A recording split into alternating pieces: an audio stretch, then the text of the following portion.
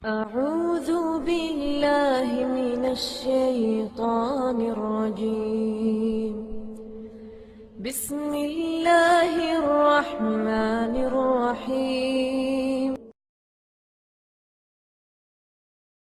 ومن أحسن قولا ممن دعا إلى الله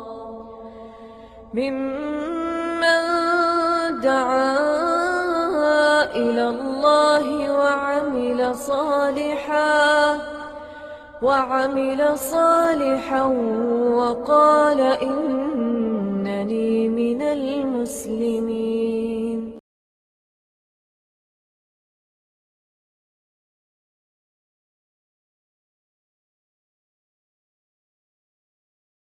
الحمد لله نحمده ونستعينه ونستغفره ونعوذ بالله من شرور أنفسنا ومن سيئات أعمالنا. من يهده الله فلا مضل له ومن يضلل فلا هادي له. وأشهد أن لا إله إلا الله وحده لا شريك له وأشهد أن محمدا عبده ورسوله. أما بعد فإن خير الحديث كتاب الله وخير الهدي هدي محمد صلى الله عليه وسلم وشر الأمور محدثاتها وكل محدثة بدعة وكل بدعة ضلالة وكل ضلالة في النار. رب اشرح لي صدري ويسر لي أمري واحلل عقدة من لساني يفقهوا قولي. رب أعوذ بك من همزات الشياطين وأعوذ بك رب أن يحضرون. اعوذ باللہ السمیع العلیم من الشیطان الرجیم. قل انما انا بشر مثلکم یوحی الی انما الہکم الہ واحد فاستقیموا الیہ واستغفروہ وویل للمشرکین الذین لا یؤتون الزکاة وهم بالآخرة هم کافرون. ان الذین آمنوا وعملوا الصالحات لهم اجر غیر ممنون. قل أئنكم لتكفرون بالذي خلق الأرض في يومين وتجعلون له أندادا ذلك رب العالمين. وجعل فيها رواسي من فوقها وبارك فيها وقدر فيها أقواتها في 4 أيام سواء للسائلين. سورۃ حامیم سجدہ کی یہ چند آیات ہیں جو میں نے ابھی آپ کے سامنے پڑھی ہیں. اور حامیم سجدہ کا تعارف، اس کا زمانہ نزول اور اس کے نزول کا سبب، یہ باتیں گزشتہ درس میں آپ کے سامنے آ گئی تھی. اور ساتھ ہی یہ بات بھی آ گئی کہ اللہ رب العزت نے ارشاد فرمایا کہ ہم نے تمہارے لیے قرآن کو بشیر اور نذیر، ڈرانے والا اور خوشخبریاں دینے والا بنا کے بھیجا. اور یہی دونوں صفتیں نبی اکرم صلی اللہ علیہ وسلم میں بھی تھیں. اللہ رب العزت نے نبی صلی اللہ علیہ وسلم کو بھی بشیر اور نذیر بنا کے بھیجا کہ آپ بشارتیں دینے والے اور ڈرانے والے تھے. قرآن کریم کا نزول ہو رہا تھا. نبی اکرم صلی اللہ علیہ وسلم مشرکین کے سامنے قرآن پڑھتے تو ان کا رد عمل کیا ہوتا؟ ایک رد عمل یہ تھا کہ ان کی ہر ممکن کوشش یہ رہتی کہ یہ قرآن جو ہے اس کے کلمات ہمارے لوگوں تک نہ پہنچنے پائے، کیونکہ انہیں اندر ہی اندر یہ یقین تھا کہ یہ آدمی بھی سچا ہے، اس کی بات بھی سچی ہوتی ہے. اور نبی صلی اللہ علیہ وسلم کی زبان مبارک سے کہیں کوئی گالی کا لفظ تو مناسب نہیں، کہیں کوئی بد دعا نہ نکل جائے. اس بات سے وہ ڈرتے رہتے تھے کہ کہیں آپ کی زبان مبارک سے بد دعا نکل گئی تو وہ پوری ہو کے رہے گی. بعض واقعات بھی میں نے ذکر کیے تھے. انہوں نے نبی صلی اللہ علیہ وسلم کے قرآن پڑھنے کی راہ میں رکاوٹیں ڈالنے کے لیے مختلف ہتھ کنڈے استعمال کیے، جن میں سے ایک یہ تھا کہ جب یہ قرآن پڑھے تو تم شور مچاؤ. یہ قرآن پڑھے تم لغویات بلند آواز سے شور شرابہ کرو تاکہ تم غالب آ جاؤ. اور ساتھ ہی کھل کھلا کے انہوں نے نبی اکرم صلی اللہ علیہ وسلم کے سامنے یہ بات بھی کہہ دی، کہنے لگے قلوبنا فی اکنہ مما تدعونا الیہ، تم ہمیں جو دعوت دے رہے ہو ہمارے دلوں تک پہنچنے والی نہیں، کیونکہ ہمارے دل اس سے پردے میں ہیں۔ وفی اذاننا وقر، اور ہمارے کانوں میں بوجھ ہے، یعنی ہمارے کان تمہاری بات سننے سے گویا کہ بہرے ہیں، اور ہمارے دل جو ہیں وہ پردے میں ہیں، ہمارے دلوں تک یہ بات نہیں پہنچے گی، نہ ہمارے کان ہی اس کو سن پائیں گے۔ اور ساتھ ہی کہا وَمِن بَيْنِنَا وَبَيْنِكَ حجاب، ہمارے اور تمہارے درمیان ایک پردہ ہے، اور وہ پردہ جب تک ہے تب تک تمہاری بات ہم تک نہ پہنچنے پائے گی۔ اس بات کے رد میں اللہ رب العزت نے نبی اکرم صلی اللہ علیہ وسلم کو یہ حکم فرمایا کہ اے میرے نبی آپ ان سے کہہ دیجئے قل انما انا بشر مثلکم، تم کہہ رہے ہو کہ تمہارے دلوں پر پردہ ہے، تم کہہ رہے ہو کہ تمہارے کان بہرے ہیں، تم کہہ رہے ہو کہ ہمارے اور تمہارے درمیان ایک حجاب ہے، ایک حاجز ہے، ایک دیوار ہے۔ میں تو تم ہی جیسا انسان ہوں، میں یہ نہ دیواریں گرا سکتا ہوں، نہ تمہارے کانوں کو میں قوت سماعت عطا کر سکتا ہوں، اور نہ ہی میں تمہارے دلوں سے وہ پردے اتار سکتا ہوں۔ یہ تو سارے کام اللہ کے ہیں، کیونکہ میں تو تم ہی جیسا ایک بشر ہوں۔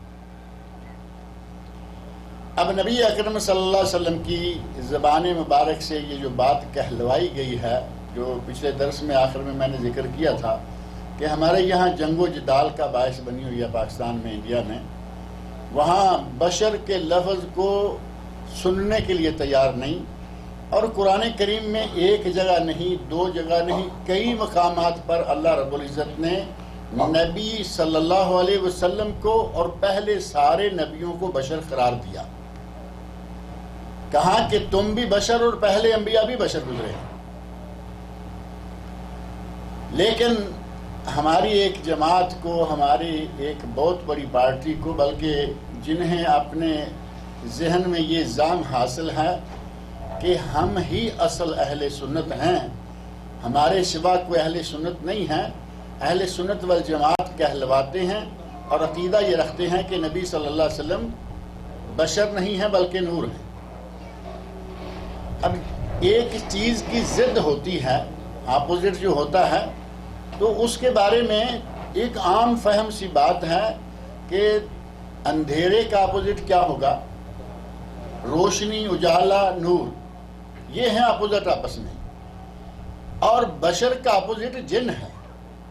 اللہ رب العزت نے اپنی عبادت کے لیے کن چیزوں کو ایک دوسرے سے الگ چیزیں، وَمَا خَلَقْتُ الْجِنَّ وَالْإِنسَ إِلَّا لِيَعْبُدُونَ، اللہ رب العزت نے فرمایا کہ ہم نے جن و انس کو دونوں کو صرف اپنی عبادت کے لیے پیدا کیا ہے۔ اب دنیا میں ہم عام طور پر دیکھتے ہیں، یہ عام سی بات ہے کہ ایک چیز کی جو ضد ہے اس کو لیا جاتا ہے۔ ہمارے بھائیوں نے عجیب رنگ اختیار کر لیا کہ نور اور ظلمت، بشر اور جن، ان دونوں کو ایک دوسرے کے مخالف شمار کرنے کی بجائے جن اور بشر، یہ دو کا الگ سے قاعدہ تیار کر لیا، جبکہ اللہ رب العزت نے قرآن کریم کے بہت سارے مقامات پر اور خود نبی صلی اللہ علیہ وسلم نے اپنی زبان مبارک سے، صحیح بخاری اور صحیح مسلم کی احادیث موجود ہیں، ظہر یا عصر، اور صحیح تر بات یہ ہے کہ عصر کی نماز تھی، نبی اکرم صلی اللہ علیہ وسلم نے 2 رکعتیں پڑھی اور سلام پھیر دیا اور مسجد سے باہر نکل گئے۔ مسجد سے باہر کھجور کا ایک تنا، کچھ چھوٹی سی ایسے سمجھے کہ کھجور کا ایک حصہ تھا، یا کوئی بھی جگہ تھی جس پہ آپ ٹیک لگا کر عموماً اپنے صحابہ رضی اللہ عنہم سے تھوڑی دیر کے لیے نماز کے بعد بات چیت کیا کرتے تھے۔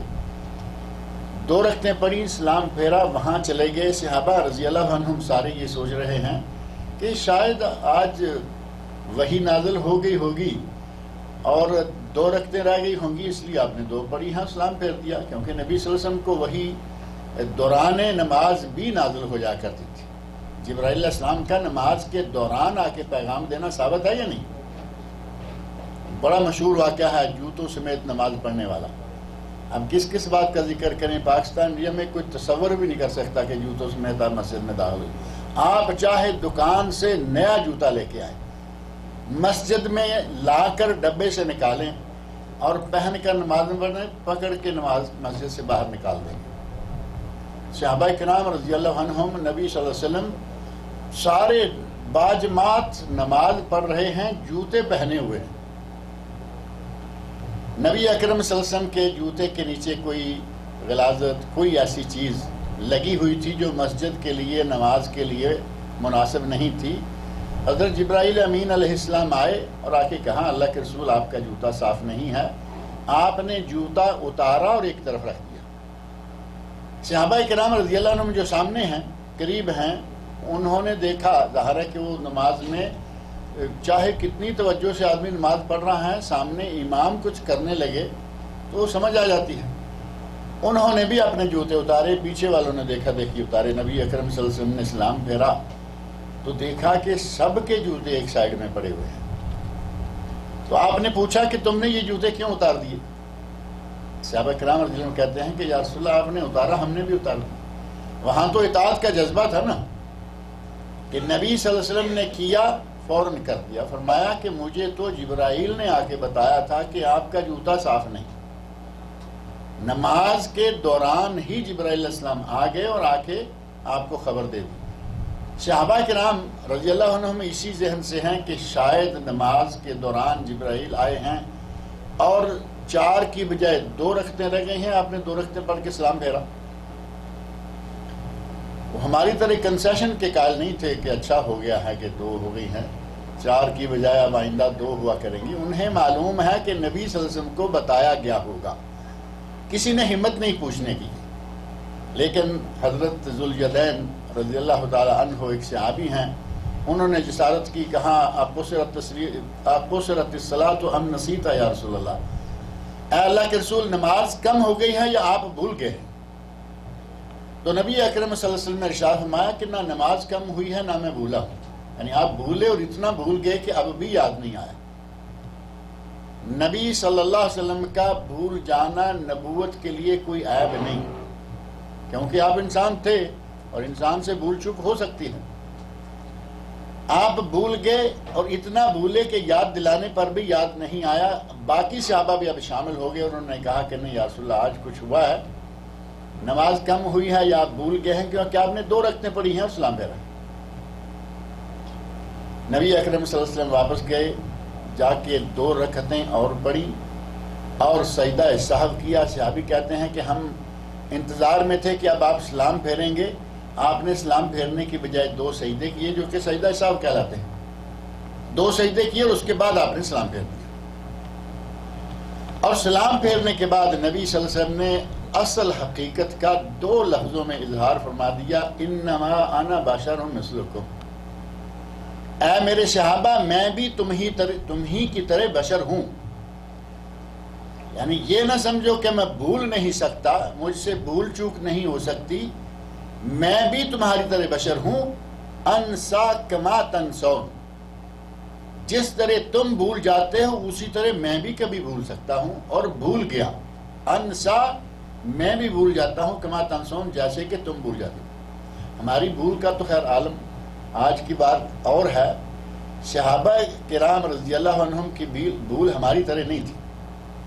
ہم تو نماز میں گئے اور پتہ نہیں کہاں کہاں گئے، جو چیزیں باقی اوقات میں یاد نہ آئیں نماز میں یاد آ جاتی۔ لیکن بھولنا انسان کی فطرت میں ہے، بشر کی فطرت میں ہے، اور نبی صلی اللہ علیہ وسلم نے اس فطرت کا صاف طور پر اظہار فرما دیا اور فرمایا کہ میں بھی انسا کما تنسون، جس طرح تم بھول جاتے ہو بھول سکتے ہو اسی طرح میں بھی بھول سکتا ہوں، بھول جاتا ہوں۔ میں بھول گیا کہ میں نے 4 پڑھی ہیں یا 2۔ اور ساتھ ارشاد فرمایا فَإِذَا نَسِيتُ فَذَكِّرُونِي، اگر کبھی میں بھول جاؤں تو مجھے یاد دلاؤ، یعنی مجھے لقمہ دو۔ نبی صلی اللہ علیہ وسلم امام الانبیاء والرسل، نبی اکرم صلی اللہ علیہ وسلم تمام انبیاء کے سردار، پوری کائنات بشر کے سب سے اعلیٰ انسان، اور آپ فرما رہے ہیں کہ میں بھول جاؤں تو مجھے لقمہ دیا کرو۔ مولویوں کو سنا گیا باقاعدہ کہ وہ کہتے ہیں لقمہ کس نے دیا تھا، کیوں دیا تھا۔ مولوی کو یہ گوارا نہیں کہ پیچھے سے کوئی لقمہ دے، جبکہ نبی صلی اللہ علیہ وسلم فرما رہے ہیں کہ میں بھولوں تو مجھے لقمہ دو۔ یہاں واقعہ ایک ایسا پیش آیا اور اتفاق سے اس مسجد میں اس نماز میں بھی موجود ہوں۔ مولوی صاحب نے کافی گرمی جاری نماز کے بعد کہ تم نے لقمہ کیوں دیا، انتظار کرتے ذرا۔ اب ہو سکتا ہے کہ ان کو کچھ لقمہ ناگوار گزرا ہو، جبکہ نبی صلی اللہ علیہ وسلم طلب کر رہے ہیں کہ کبھی میں بھولوں مجھے لقمہ دو، مجھے یاد دلاؤ، کیونکہ یہ نماز کا معاملہ ہے، یہ کوئی عام بات سے نہیں ہے۔ نبی صلی اللہ علیہ وسلم نے اپنے بارے میں کیا فرمایا؟ انما انا بشر مثلکم، میں تو تمہاری طرح کا بشر ہوں، انسا کما تنسون، صاف ستھری سادی سی بات کہہ دی، کہا کہ میں بھی بھول جاتا ہوں جیسے تم بھی بھول جاتے ہو۔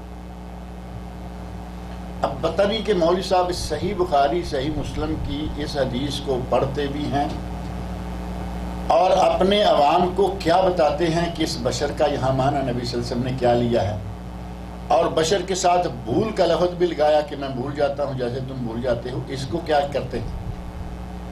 اور پھر یہ تو حدیث ہے، نبی صلی اللہ علیہ وسلم کی حدیث ہے، آپ فرما رہے ہیں کہ میں بھول جاتا ہوں جیسے کہ تم بھول جاتے ہو، جبکہ قرآن کریم میں کوئی ایک مقام نہیں بلکہ بہت سارے مقامات پر اللہ رب العزت نے ہمارے نبی صلی اللہ علیہ وسلم کے بارے میں فرمایا کہ آپ بشر ہیں، آپ بشر ہیں، اور آپ نے اپنی زبان سے خود کہا اللہ کے حکم پر، قل انما انا بشر مثلکم۔ اب یہی آیت جو ہے سورہ حامیم سجدہ کی آیت جو ابھی ہم نے پہلے نمبر پر پڑھی ہے، قل انما انا بشر مثلکم، سورۃ حامیم سجدہ آیت نمبر 6 ہے یہ۔ اے میرے نبی کہہ دیجئے، قل کا معنی یہی ہے نا، 4 قل تو سب کو یاد ہیں، 4 قل سارے ترجمہ بھی میرے خیال ہے جانتے ہیں، تو 4 قل اتنا کہہ کے ہی نہ چھوڑا کریں، قل کا معنی بھی تو ذہن میں رکھیں کہ کیا ہے۔ قل کہہ دیجئے، یہی معنی بنے گا نا، کہہ دیں، کہہ دیجئے، کہو، اے میرے نبی کہو، انما انا بشر مثلکم، میں تمہاری طرح کا بشر ہوں۔ بشر کہا اور پھر یہاں بھی نہیں چھوڑا کہ میں بھی بشر ہوں۔ اللہ رب العزت نے بالکل واضح کر کے بیان کیا اور واضح کروا دیا کہ اے میرے نبی خود اپنی زبان سے کہو کہ تمہارے ہی طرح کا۔ مثل کا کیا معنی ہوگا؟ مثل کا معنی یہ ہوگا کہ آپ کبھی نور ہوتے ہیں کبھی بشر ہوتے ہیں۔ اگر ایسا ہو تو ہمارے بارے میں پھر اب کیا خیال ہے؟ آپ کا اپنے بارے میں کیا خیال ہے؟ بشر مثلکم، میں بالکل تمہاری مثل، تمہاری طرح کا بشر ہوں۔ انسا کما تنسون، جیسے تم بھول جاتے ہو میں بھی بھول جاتا ہوں۔ اور یہی نہیں، پہلی امتوں نے اپنے انبیاء کے بارے میں کہا کہ تم کہتے ہو ہم نبی ہیں جبکہ تم بشر ہو۔ پہلی امتیں اپنے نبیوں کے بارے میں سیدھا سیدھا کہتے ہیں کہ تم کہتے ہو ہم نبی ہیں، تم تو بشر ہو۔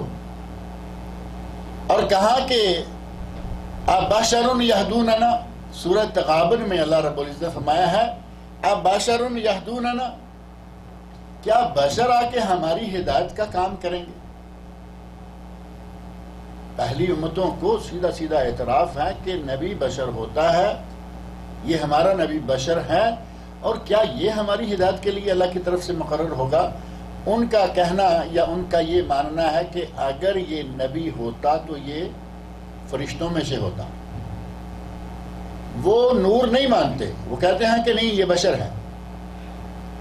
اور انہی امتوں میں سے بعد نے کہا کہ یہ کیا نبی ہے، یاکل الطعام و یمشی فی الاسواق، یہ کھانا کھاتا ہے جس طرح ہم کھانا پینا کھاتے پیتے ہیں، یہ بھی کھاتا پیتا ہے، اور یمشی فی الاسواق، بازاروں میں گھومتا پھرتا ہے اور کہتا ہے کہ میں نبی ہوں۔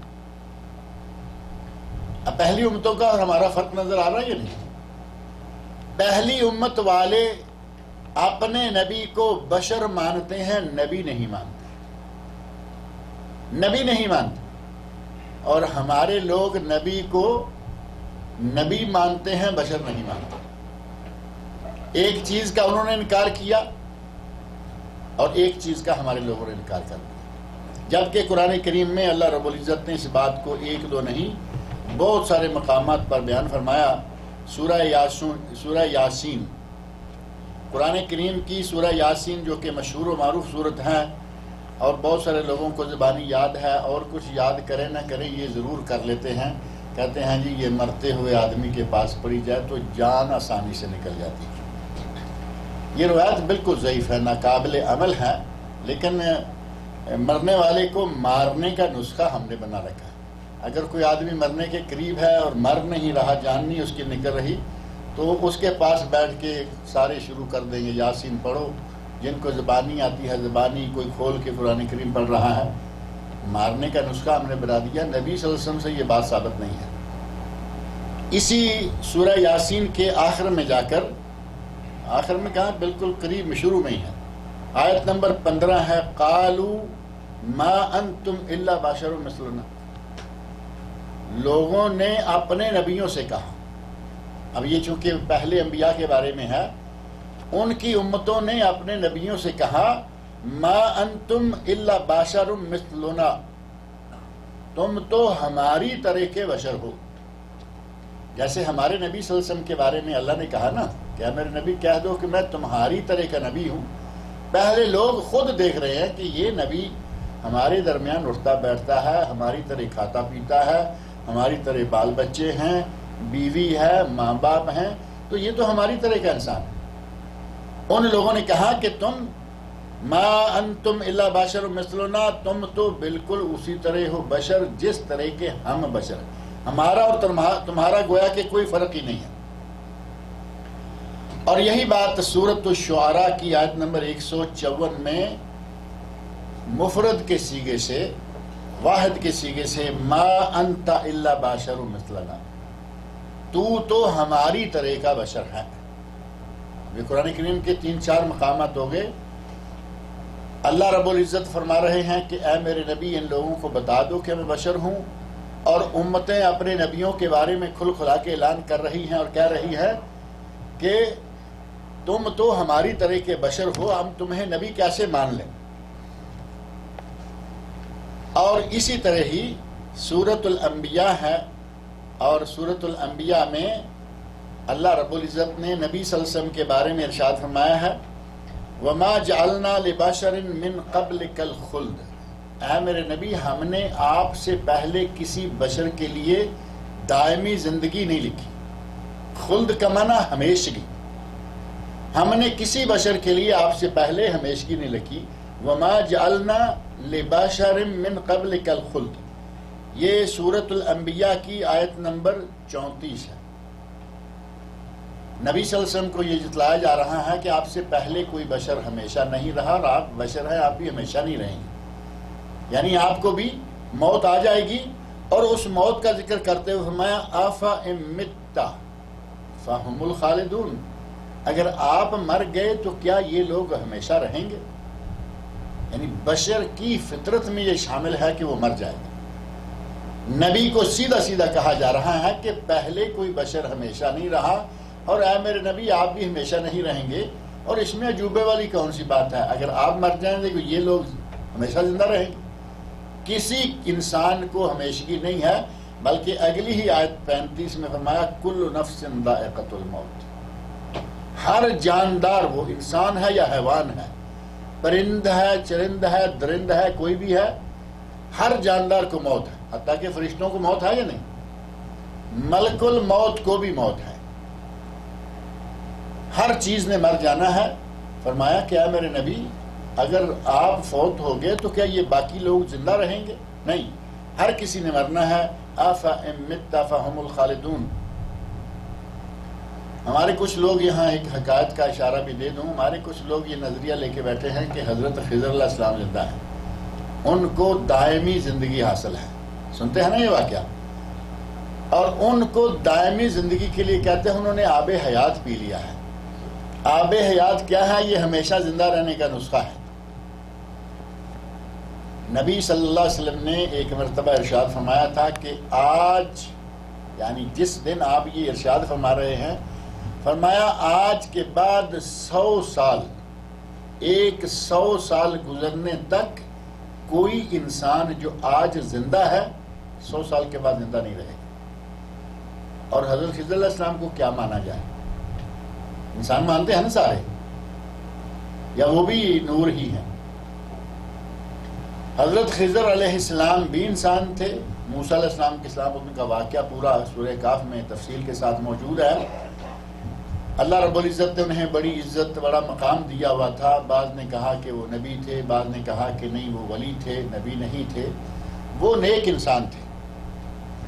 اور اللہ رب العزت نے حضرت موسیٰ علیہ السلام کو ان کے پاس بھیجا۔ پھر وہ واقعہ پیش آیا جو 3 واقعات بڑے مشہور ہیں۔ حضرت خضر علیہ السلام کے بارے میں یہ مشہور کر دیا گیا کہ وہ آب حیات پی چکے ہیں، ان کو موت نہیں آئے گی، وہ ہمیشہ کے لیے زندہ رہیں گے۔ اور اس نظریہ کو پکا کر کے دین میں بہت سارے کھاتے اپنے کھول لیے کہ کسی نے بھی کوئی چیز دین میں داخل کرنی ہے تو کہتے ہیں کہ ہمیں خضر علیہ السلام سے ملاقات ہوئی، انہوں نے ہمیں یہ نسخہ دیا۔ اب خضر علیہ السلام کی ملاقات ظاہر ہے کہ مجھ سے آپ سے تو ہوتی نہیں، وہ ہوتی ہے انہی لوگوں سے دین میں ٹانکے لگانا جانتے ہیں۔ کوئی نہ کوئی چیز دین میں داخل کرنی ہے، خضر علیہ السلام کا نام لیا اور شامل کر دی۔ اور کچھ لوگ ہیں جو مبشرات پر یا منامات کہنا چاہیے، رات کے سوئے ہوئے حالت میں جو خوابیں دیکھی جاتی ہیں، خوابوں میں شریعت لیتے ہیں۔ نبی پاک ہمارے خواب میں تشریف لائے تھے۔ اب نبی پاک صلی اللہ علیہ وسلم کیا ہر کسی کے خواب میں تشریف لاتے رہتے ہیں؟ جس نے نبی صلی اللہ علیہ وسلم کو دیکھا ہی نہیں ہے وہ کیسے پہچانے گا؟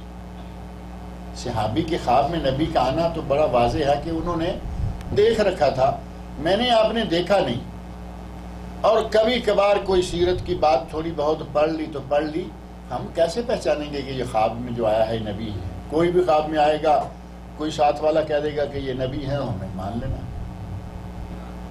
نبی نے خواب میں آ کے یہ کہا، ہم نے وہ شریعت میں ڈال دیا۔ اس طرح کی جعل سازیاں کرنے کے لیے خضر علیہ السلام کا بھی بہت سارا ذکر کیا جاتا ہے، جبکہ نبی صلی اللہ علیہ وسلم نے جب یہ بات ارشاد فرمائی ہے کم از کم 1450 سال اس بات کو ہو چکے ہیں۔ 1450 سال پہلے آپ نے فرمایا کہ کسی کو خلد نہیں، 100 سال آج کے بعد 100 سال کے بعد کوئی انسان زندہ نہیں رہے گا جو آج زندہ ہے۔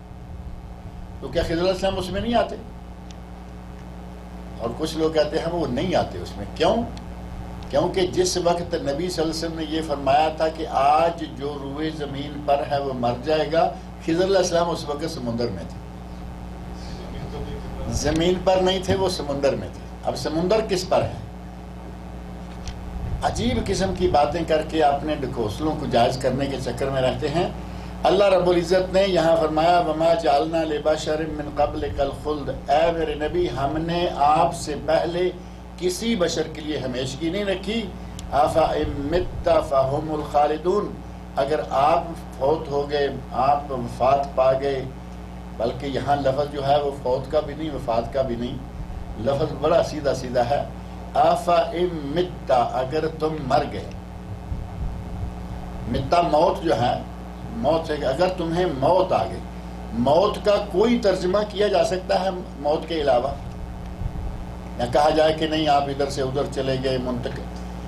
ہمارے لوگوں کے لیے، ولیوں کے لیے رنگ برنگے لفظ استعمال کیے، فلاں شخص نے فلاں تاریخ کو وصال فرمایا۔ ولیوں کے لیے، علماء کے لیے لوگ کہتے ہیں موت کا لفظ استعمال نہیں کرتے کہ شاید توہین ہے۔ وصال فرمایا، وہ مانتے بھی ہیں کہ وہ مرتے نہیں ہیں بلکہ وہ منتقل ہوتے ہیں۔ انتقال فرمایا، وصال فرمایا، جاں بحق ہوئے۔ یہ کلمات الگ الگ استعمال کیے ہیں۔ نبی صلی اللہ علیہ وسلم کے لیے اللہ نے موت کا لفظ استعمال کیا جس کا کوئی دوسرا معنی بنتا ہی نہیں۔ لیکن ہمارے مسلمانوں میں ایک وہی پارٹی جو نبی کو بشر ماننے کے لیے تیار نہیں، وہی پارٹی نبی کو فوت شدہ ماننے کے لیے بھی تیار نہیں، کہتے ہیں کہ نہیں نبی پاک صلی اللہ علیہ وسلم زندہ ہے۔ اللہ رب العزت نے فرمایا أَفَإِن مِتَّ، اے میرے نبی اگر تمہیں موت آ گئی فَهُمُ الْخَالِدُونَ، تو کیا وہ زندہ رہیں گے؟ اور حضرت ابوبکر صدیق رضی اللہ عنہ کی فراست دیکھیں، انہوں نے بھی یہی لفظ استعمال کیا تھا۔ نبی اکرم صلی اللہ علیہ وسلم کی وفات ہوئی، حضرت عمر فاروق کا مشہور واقعہ ہے کہ وہ کہنے لگے کہ میرے نبی فوت نہیں ہوئے، غم سے اتنے نڈال ہوئے کہ اس جگہ تک آ گئے، کہا کہ جس طرح موسیٰ علیہ السلام تورات لینے کے لیے 40 دن کے لیے گئے تھے، ہمارے نبی بھی 40 دن کے لیے کچھ عرصے کے لیے گئے ہیں، آپ واپس آ جائیں گے، ہمارے نبی فوت نہیں ہوئے۔ حضرت ابوبکر صدیق رضی اللہ تعالیٰ عنہ آئے، نبی صلی اللہ علیہ وسلم کے پیشانی مبارک پر بوسہ دیا اور فرمایا کہ اے اللہ کے نبی، ایک ہی موت آنی تھی اور وہ آ گئی۔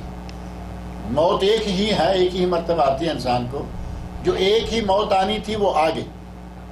اور یہاں سے بوسہ دے کے باہر نکلے، دیکھا حضرت عمر فاروق رضی اللہ عنہ غصے میں ہیں، تلوار نکالی ہوئی ہے اور کہہ رہے ہیں کہ جس نے کہا کہ نبی فوت ہو گیا ہے میں اس کا سر قلم کر دوں گا۔ اتنے غصے میں ہیں اور عمر فاروق ہے، سارے صحابہ پریشان بیٹھے ہوئے کہ یہ کیا بنا۔ ابو بکر صدیق رضی اللہ عنہ آئے، آ کے حضرت عمر فاروق سے مخاطب ہو کے فرمایا عمر بیٹھ جاؤ، سارے بیٹھے ہوئے ہیں تم بھی بیٹھ جاؤ، نہیں بیٹھ رہے، عمر بیٹھ جاؤ، نہیں بیٹھ رہے۔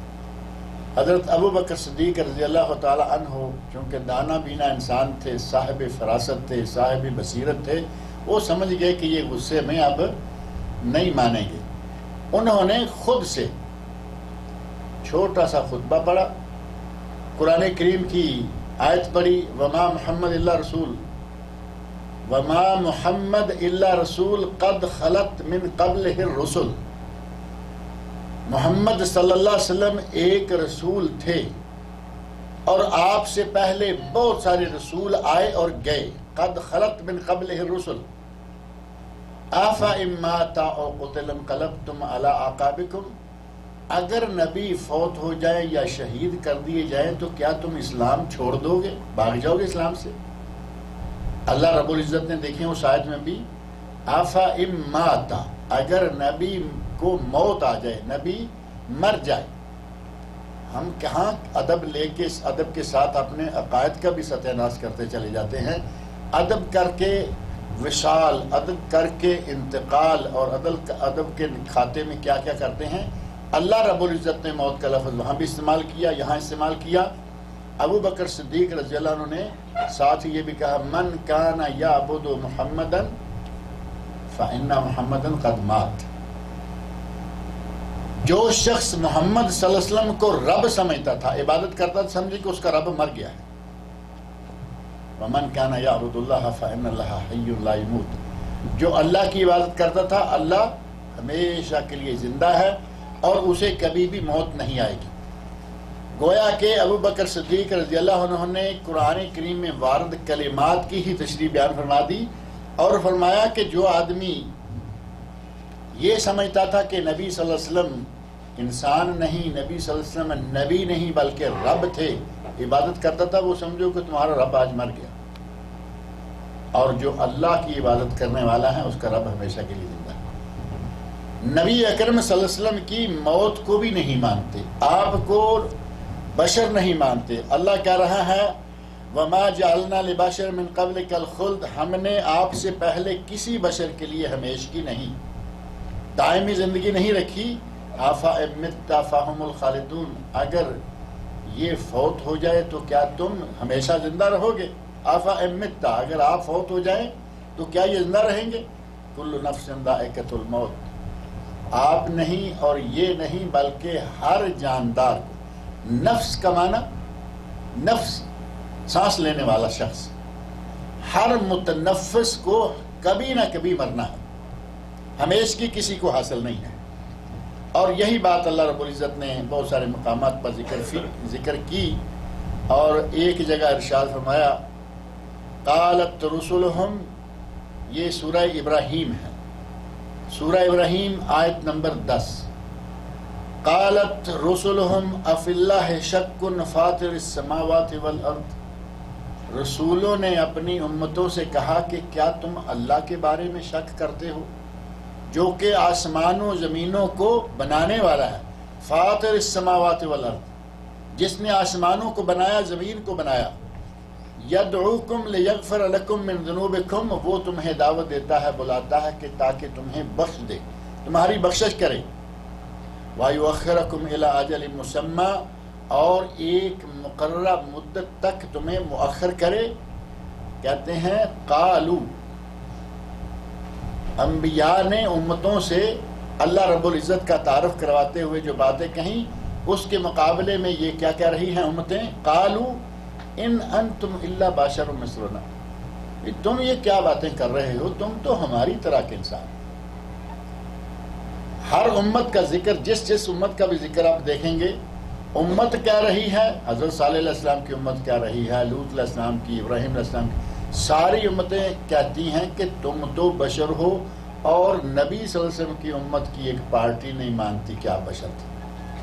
اب کیا کریں گے؟ پوری انسانیت سے الگ نکل گئے. سارے انسان مان رہے ہیں اپنے نبی کو بشر، اور ہمارے پاک و ہند میں آ کے تھوڑے سے لوگ. اور یہ بھی نہیں کہ بہت پرانی پارٹی ہے، پارٹی بھی کوئی 100 سال کے اندر پیدا ہوئی، بنی، بڑی، اور کافی ترقی کر گئی. آج کافی وہ تعداد میں ہیں. میں نے شاید شروع میں ذکر کیا، وہ کہتے ہیں کہ ہم سواد اعظم ہیں، اور ایک ضعیف روایت کا سہارا لے کر اپنے آپ کو جنت کے ٹھیکیدار بھی سمجھتے ہیں. جنت میں کون جائے گا؟ اس کے نبی صلی اللہ علیہ وسلم نے باقاعدہ نشانات، علامات بیان کیے. قرآن کریم نے وہ صفات، وہ اعمال بیان کیے جو اہل جنت کے ہیں. وہ تو واضح ہیں بالکل.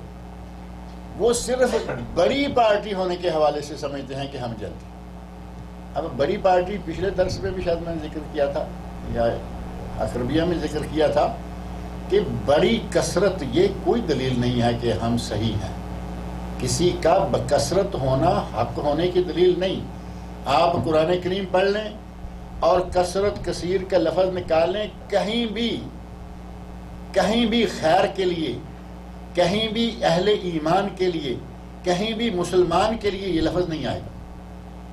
کیونکہ اکثر لوگ جو ہیں، اکثر ایسے ہی رہے ہیں کہ جو قرآن کے یا کتاب کے نام ماننے والے، نبی کے نام ماننے والے. کثرت کوئی معیار نہیں ہے کہ ہم صحیح ہیں اور یہ جو تھوڑے ہیں یہ کم ہیں.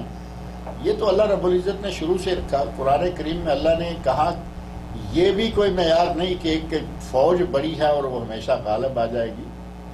تھوڑی سی فوجیں، کم من فئۃ قلیلۃ غلبت فئۃ کثیرۃ باذن اللہ. کتنی چھوٹی چھوٹی فوجیوں کی ٹکڑیاں بڑے بڑے فوجوں کے جھنڈوں کو شکست دے گئی باذن اللہ، اللہ کے حکم سے. تو یہ کہنا کہ ہم چونکہ زیادہ ہیں، اور یہی یہ بات کی تھی، مجھے یاد آ گیا ہے، ایک مولوی صاحب کا ذکر بھی کیا تھا جو انہوں نے پچھلے دنوں ٹیلی ویژن پر ایک پروگرام میں کہا کہ ہم زیادہ ہیں، تم تو تھوڑے سے ہو. لیکن یہ زیادہ کی آپ ولادت دیکھیں کہ کب ہوئی ہے اس جماعت کی. ہندوستان میں ہمارا شہر ہے بریلی، وہ کوئی کسی کے ٹھیکے میں نہیں ہے، وہ سارے مسلمانوں کا مشترکہ شہر. ہندو بھی ہوں گے اس میں بہت، لیکن شہر ہے. اس کی طرف منسوب کر کے وہیں سے حضرت پیدا ہوئے، وہیں پلے بڑے، اور انہوں نے اپنے ہی نام کا کھاتا جو ہے وہ شروع کر لیا، اور سواد اعظم کی حد تک پہنچ کے نہ نبی کو وہ بشر ماننے کو تیار ہیں، وہ نہ نبی کو فوج شدہ ماننے کے لیے تیار ہیں، بلکہ ہر وہ صفت جو اللہ کی ہے وہ ساری کی ساری نبی صلی اللہ علیہ وسلم میں ڈالے چلے جا رہے ہیں. وہی جو مستوی عرش تھا یہ بھی انہی کا ہے. وہی جو مستوی عرش تھا خدا ہو کر اتر پڑا مدینے میں مصطفیٰ ہو کر. اس حد تک گئی گزری پارٹی جو ہے یہ 100 سال کے اندر بنی اور پھیلی، اور الزام دوسروں کو دیں گے جی یہ کل آئے، یہ انگریز نے بنائے، یہ فلاں ہوا، یہ فلاں ہوا. اللہ رب العزت نے فرمایا قالت رسلہم افی اللہ شک فاطر السماوات والارض یدعوکم لیغفر لکم من ذنوبکم ویؤخرکم الی اجل مسمی قالوا ان انتم الا بشر مثلنا. انہوں نے کہا کہ اتنی باتیں کرتے ہو، تم ہو تو ہماری طرح کے بشر. اب یہ دیکھیں، تریدون ان تصدون عما کان یعبد آباؤنا، تم ہمیں ان کاموں سے روکنا چاہتے ہو جو ہمارے آباء و اجداد کیا کرتے تھے. آباء و اجداد کیا کیا کرتے تھے؟ آباء و اجداد بت پوجتے تھے، آباء و اجداد مشرک تھے. اللہ رب العزت نے قرآن کریم میں فرمایا کہ تم اپنے باپ دادوں کے دین پہ رہو گے، اگرچہ وہ جہالت میں تھے، وہ جاہل تھے، تم عالم ہو جاؤ. وہ غلط راہ تھے، تم سیدھی راہ پہ آ جاؤ، اور وہ بھولے بھٹکے رہے، تم صراط مستقیم اختیار کرو۔ ماں باپ کا مذہب جو ہے وہ کوئی مذہب نہیں ہوتا۔ وہ کہتے ہیں کہ تم ہمیں ماں باپ کا مذہب چھڑانے کے لیے آئے ہو۔ اما کان یعبد آباؤنا، جس چیز کی عبادت ہمارے آباء و اجداد کرتے رہے تم ہمیں وہ عبادت چھڑانے آئے ہو۔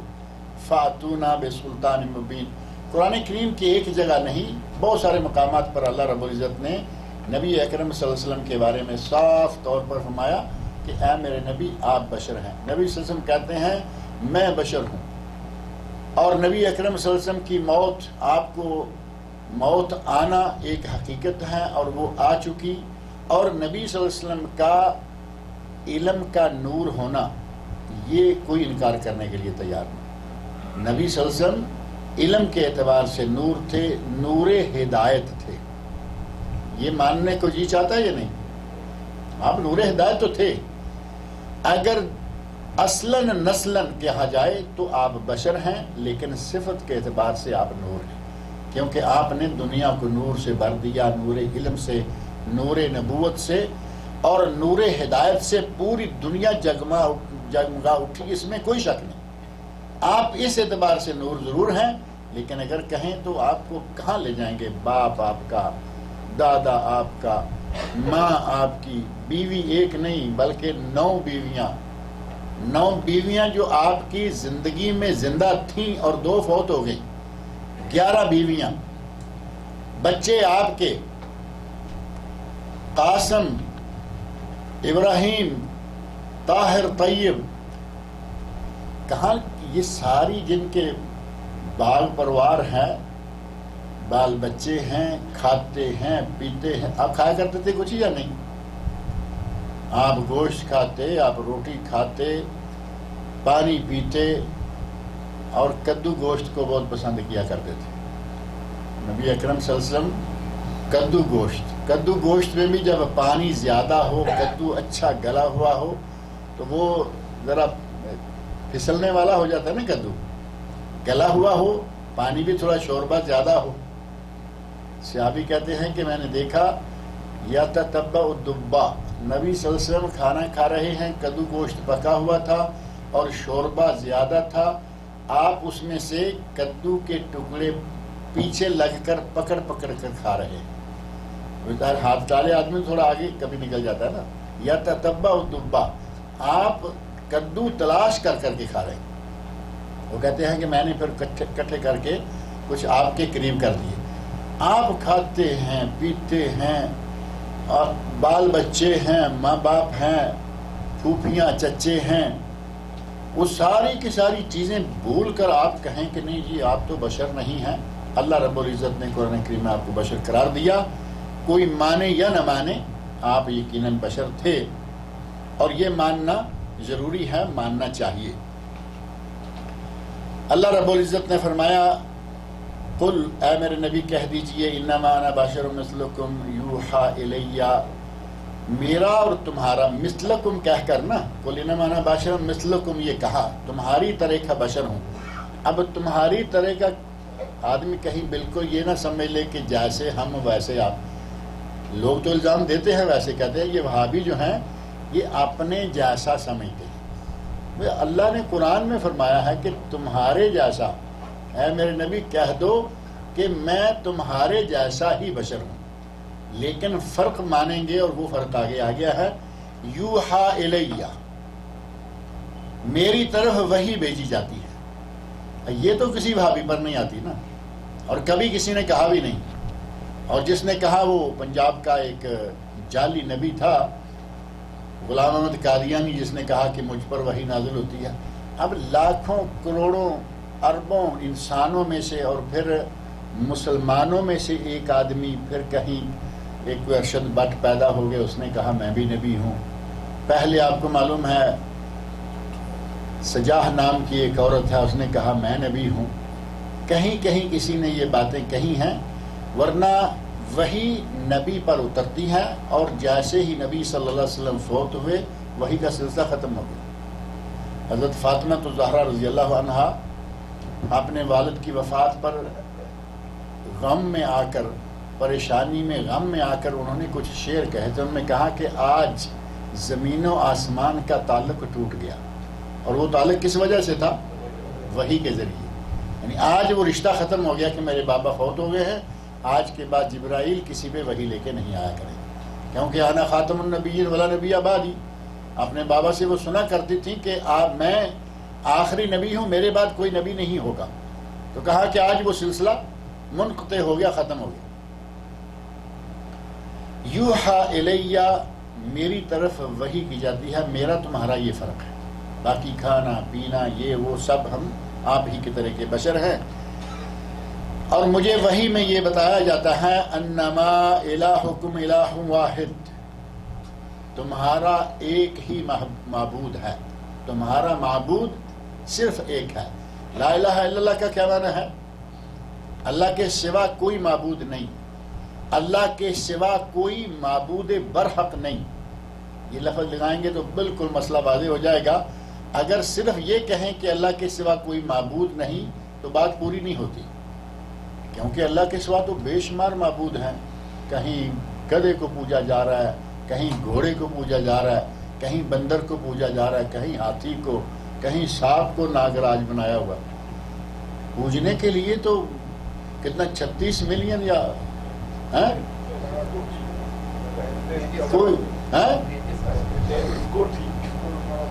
کوئی شمار ہی نہیں کہ کتنے معبود لوگوں نے بنائے ہوئے ہیں. اس لیے جب آپ ترجمہ کریں تو یا ذہن میں رکھیں یا عموماً بریکٹ میں یہ ترجمہ کے ساتھ لکھا جاتا ہے معبود, آگے بریکٹ میں برحق, یعنی حقیقی معبود اللہ کے سوا کوئی نہیں. جعلی معبود تو ملینوں ہیں, ملینوں ہندوستان میں ہیں, اور باقی ادھر ادھر کے گرنے سے اور بڑھ جائے گا معبود. الہ واحد, صرف ایک ہی معبود ہے برحق, اس کے علاوہ کوئی دوسرا معبود نہیں ہے. فاستقیموا الیہ, ساتھ ہی فرمایا کہ تم اسی کی طرف جھک جاؤ. فاستقیموا الیہ, اسی ایک معبود کے ہو جاؤ, اسی کی طرف ڈال جاؤ, اسی کے لیے سیدھے ہو جاؤ. ایک ہی معبود کی راہ لے لو, کسی دوسرے معبود کی طرف جانا جائز اور ثابت نہیں ہے. واستغفروہ, اور اسی سے مغفرت طلب کرو, یعنی اس سے معافیاں مانگو. وویل للمشرکین, اور جو اس معبود کو چھوڑ کر دوسرے معبودوں کی پوجا کرتے ہیں, وہ ہندو ہوں, وہ سکھ ہوں, وہ عیسائی ہوں, وہ چاہے کوئی بھی ہوں, وہ ان کے لیے بربادی ہے.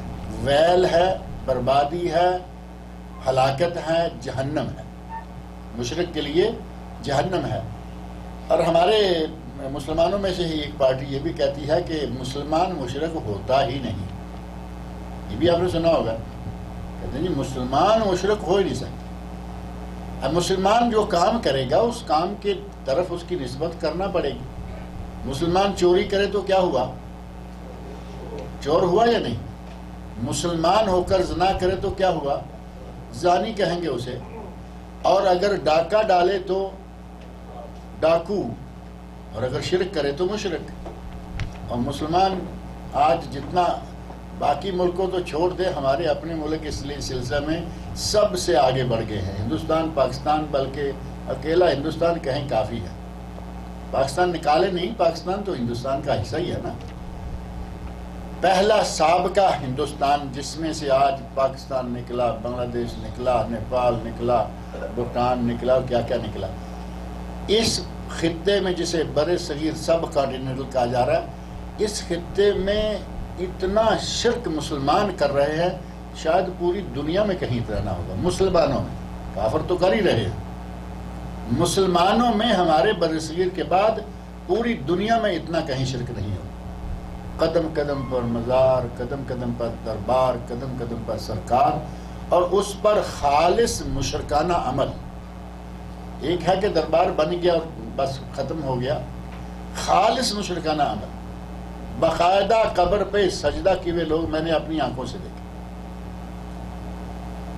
اب اس آدمی کو کیا کہیں گے آپ, جس آدمی نے قبر پر سجدہ کیا ہوا ہے؟ سجدہ عبادت ہے یا نہیں؟ سجدہ عبادت ہے. اور قبر پر سجدہ کرنا گویا کہ اس کو معبود مان رہا ہے, یہ شرک ہے اور یہ کام کرنے والا کیا ہوا؟ کہتے ہیں جی مسلمان مشرک ہو ہی نہیں سکتا. وَوَيْلٌ لِّلْمُشْرِكِينَ، اور بربادی ہے مشرکین کے لیے، الَّذِينَ لَا يُؤْتُونَ الزَّكَاةَ، وہ لوگ جو کہ زکوٰۃ ادا نہیں کرتے. اب یہاں زکوٰۃ اور مشرک یہ اکٹھے کر دیں. یہاں زکوٰۃ سے ایک معنی تو وہی مراد ہے کہ یہ دوسروں کے حقوق بھی مارتے ہیں، یعنی مالی طور پر دوسروں کے حقوق کو تلف کرنا، یہ بھی زکوٰۃ کے خلاف ہے. زکوٰۃ کا معنی اصل ہے طہارت اور پاکیزگی.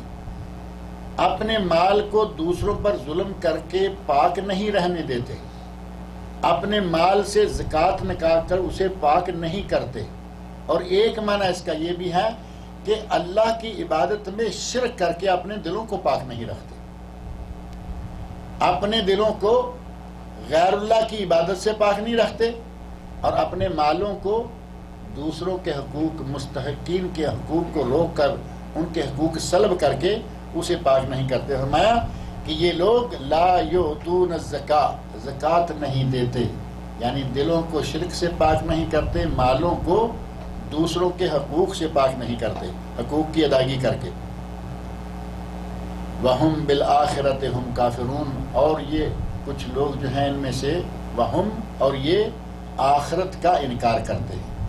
ہم بالآخرت ہم کافرون، یہ آخرت کا انکار کرتے ہیں، آخرت کے منکر ہی رہتے ہیں. ان الذین آمنوا وعملوا الصالحات، بے شک وہ لوگ جو ایمان لائے اور انہوں نے عمل صالح کیا، لہم اجر غیر ممنون، ان کے لیے غیر منقطع. غیر ممنون کا معنی غیر منقطع. اللہ وہ جنت دے گا، وہ اجر دے گا کہ جو کبھی وہاں سے نکالے نہیں جائیں گے.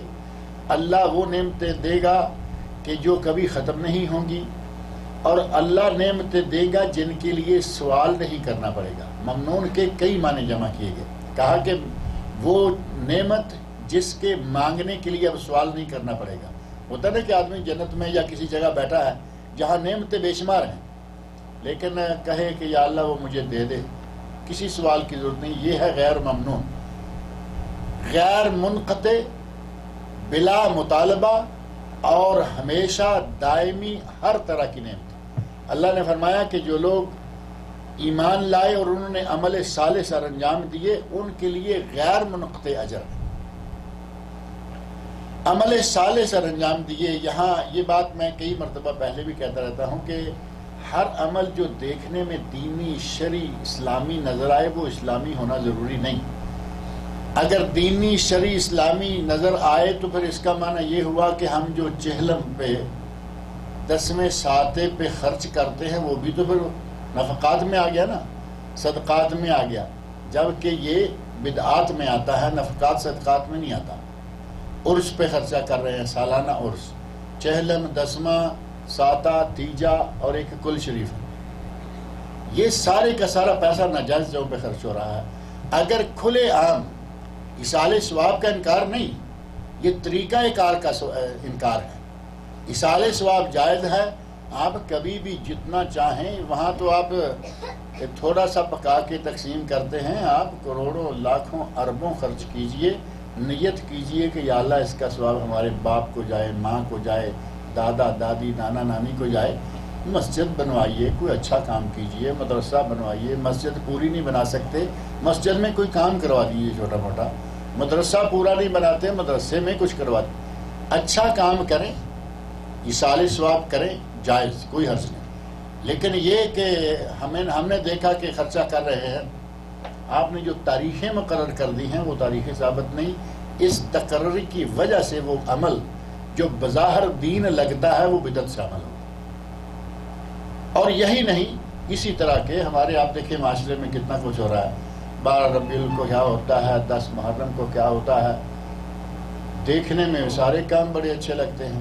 ایک آدمی 10 محرم کو بریانی بانٹ رہا ہے، کیا یہ برا لگتا ہے؟ 10 محرم کو بریانی اور 10 محرم کو حلیم. حلیم بھی 10 محرم کو بہت بانٹی جاتی ہے، بلکہ کچھ عرصہ پہلے بچے گلیوں میں، بازاروں میں پیسے اکٹھا کرنا شروع کر دیں. کیا جی حلیم بنائیں گے یوم عاشورہ. اب 10 محرم کو روزہ رکھنا سنت رسول ہے یا نہیں؟ اور اسی دن آپ حلیم بانٹ رہے ہیں، اور وہ جس نیت سے بانٹ رہے ہیں وہ بھی آپ جانتے ہیں۔ ایسے ایام مقررہ جن میں نبی صلی اللہ علیہ وسلم سے ایسے کام ثابت نہیں ہیں، ان کاموں کو سر انجام دینا بظاہر دین ہے، لیکن وہ دین نہیں، بلکہ دین میں نئی ایجادات ہیں، وہ بدعات میں شامل ہو جاتی ہیں۔ وہ خالص عمل صالح کب ہوگا؟ اس کی 2-3 شرطیں ذہن میں رکھیں۔ پہلی بات یہ کہ وہ صرف لوجہ اللہ ہو، وہ کام صرف اللہ کی رضا کے لیے ہو۔ نمبر 2، سنت رسول صلی اللہ علیہ وسلم کے عین مطابق ہو۔ اب آپ ڈھونڈیے ان کاموں کے لیے سنت کہاں سے نظر آئے گی؟ چہلم کی، 10ویں کی، 7 کی نظر آئے گی؟ 10 محرم کو بنیانی نظر آئے گی؟ نبی پاک صلی اللہ علیہ وسلم روزہ رکھے ہوئے ہیں، اللہ کے لیے ہو اور سنت رسول کے مطابق ہو۔ یہ 2 مشہور شرطیں ہیں کسی عمل کے عمل صالح ہونے کے لیے۔ اور بنیادی شرط یہ ہے کہ جس آدمی نے یہ کام سر انجام دینا ہے اس کا عقیدہ اپنا صحیح ہے۔ صحیح عقیدے والا آدمی اگر کوئی کام سر انجام دیتا ہے اللہ کے لیے اور سنت کے مطابق تو وہ یہ ہے عمل صالح۔ اس عمل صالح کو اگر صحیح طور پر ادا کریں تو اللہ رب العزت نے اس کے بارے میں فرمایا لہم اجر غیر ممنون، ان کے لیے غیر منقطع، دائمی، ہمیشہ کے لیے بلا مانگے ہر طرح کی نعمتیں موجود ہیں، لیکن وہ عمل صالح ہونا چاہیے۔ اس کی تفصیل پہلے بھی میں کئی مرتبہ ذکر کر چکا ہوں۔ ہم نے اپنی کتاب قبولیت عمل کی شرائط پاکستان میں بھی چھپی اور ہندوستان میں بھی چھپی، جامعہ سلفیہ بنارس والوں نے چھاپی۔ بعد میں اس کو کچھ مختصر کر کے عمل صالح کی پہچان خاص اسی نام سے جو یہاں میں ذکر کر رہا ہوں کہ عمل صالح کون سا ہے، ان شرائط کو مختصر کر کے بنگلور سے توحید پبلیکیشن سے بھی ہم نے چھاپا ہے، ہمارے ویب سائٹ پر موجود ہے۔ تفصیلات اس سے پڑھ لیں اور انشاءاللہ اگلی آیات کا ترجمہ اور تفسیر آئندہ کریں گے۔ اللہ رب العزت سے میری دعا ہے کہ وہ مجھے اور آپ سب لوگوں کو قرآن کریم پڑھنے، سننے، سمجھنے اور اس کے احکام پر عمل کرنے کی توفیق عطا فرمائے۔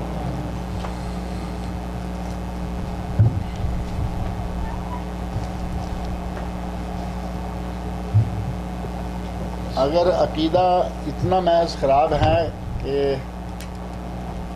ایک سوال آیا ہے جاتے جاتے کہ اگر عقیدہ خراب ہے آدمی کا، آپ کو معلوم ہے کہ یہ قبروں پہ جاتا ہے، مزاروں پہ جاتا، سجدے کرتا، مرادیں مانگتا، غیر اللہ کی پوجا کرتا ہے، اگر ایسا آدمی ہے اور وہ فوت ہو جائے تو اس کو کیا کہیں گے؟ مومن مرا ہے یا مشرک مرا ہے؟ پکا بے نماز آدمی ہو وہ مر جائے، ہے مسلمان، کلمہ بھی پڑھتا ہے، نام بھی عبداللہ عبدالرحمن ہے، بڑا زبردست نام ہے، اور وہ مر جاتا ہے پکا بے نماز، اس کی نماز جنازہ میں شرکت کرنا جائز نہیں۔ اگر کوئی آدمی خودکشی کر لیتا ہے، اچھا والا مسلمان تھا، کسی بھی وجہ سے اس نے خودکشی کر لی، نبی صلی اللہ علیہ وسلم کے سامنے ایسا واقعہ لایا گیا، آپ نے فرمایا کہ تم اس کی نماز جنازہ پڑھ لو، میں نہیں پڑھوں گا۔